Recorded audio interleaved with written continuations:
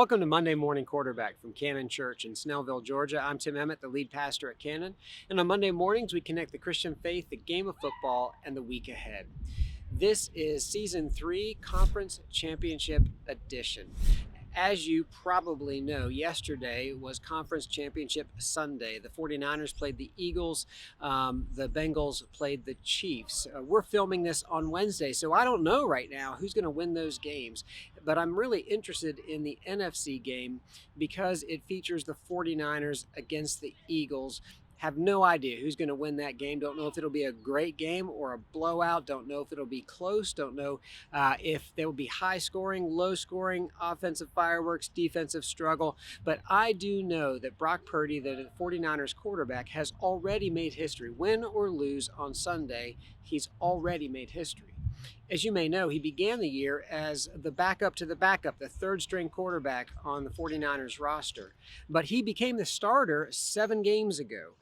He had come into relief 8 games ago for Jimmy Garoppolo, who began the year as the 49ers backup, but he got hurt just like their starting quarterback, Trey Lance. And so Brock Purdy, who had been the backup to the backup, then the backup, became the starter 7 weeks ago. In that time, he's won 7 straight games. Even more impressively, the 49ers have exploded on the offense. When he took over, they were 15th in the league in terms of average points scored per game. But since he taking over, they have exploded. As I mentioned, they're now scoring over 31 points a game, and they've gone from 15th in the league to 1st in the league in terms of average points scored.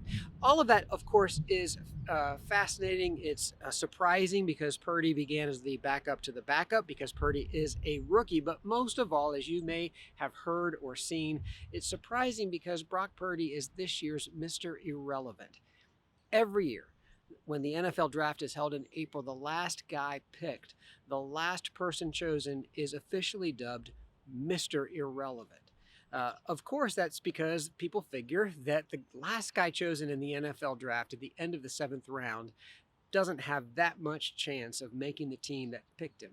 And if he does make the team, he probably won't be a starter. And if he does somehow, against all odds, become a starter, it's very unlikely that he'll be a star. Since 1976, they have really kind of made it an event. They have made the most of it. They kind of build up the anticipation to who will be the last guy chosen, who will be this year's Mr. Irrelevant. When that player is chosen, they get a jersey with Mr. Irrelevant on the back.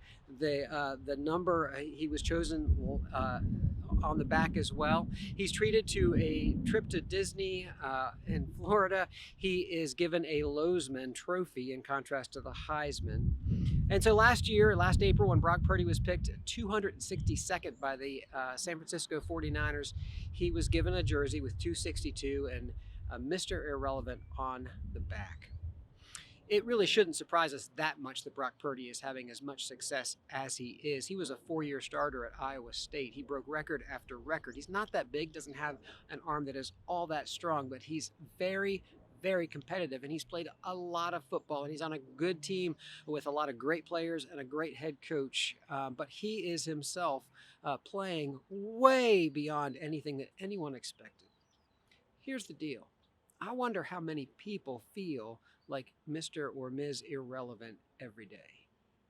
I wonder how many kids go to school and they just struggle to connect with the kids at school or maybe the kids in their neighborhood. They just kind of feel out of place and they feel kind of irrelevant, unwanted, unseen, unnoticed, not desired.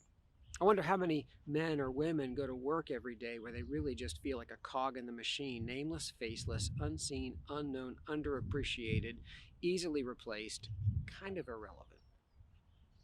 You know, in Jesus' day, there were lots of people who were deemed pretty much irrelevant. They were considered unclean, undesirable.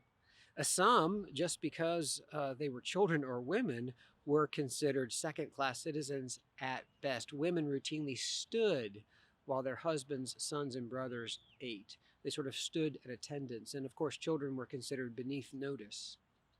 But one of the things that I love most about Jesus is how he saw people the way God sees people.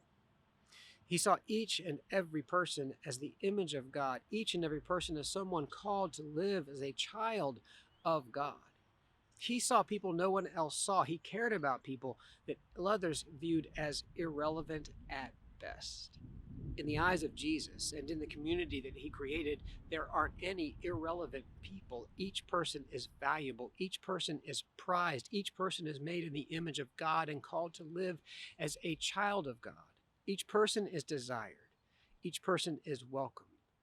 Each person is seen as relevant and desired and invited and home. I don't know if for you that's a word of encouragement if you struggle with feeling irrelevant, or if it's a word of challenge for you to view each person as Jesus does, to be part of his movement of embracing and welcoming each person, viewing each person as highly prized, as relevant, as valued. In the kingdom that Jesus is bringing, in the community he created, there aren't any irrelevant people. And so let's ask, let's hope, let's pray that God would help us treat each person as the image of God that they are, as the child of God they're called to be. That's the game plan for this week. I hope you have a great week.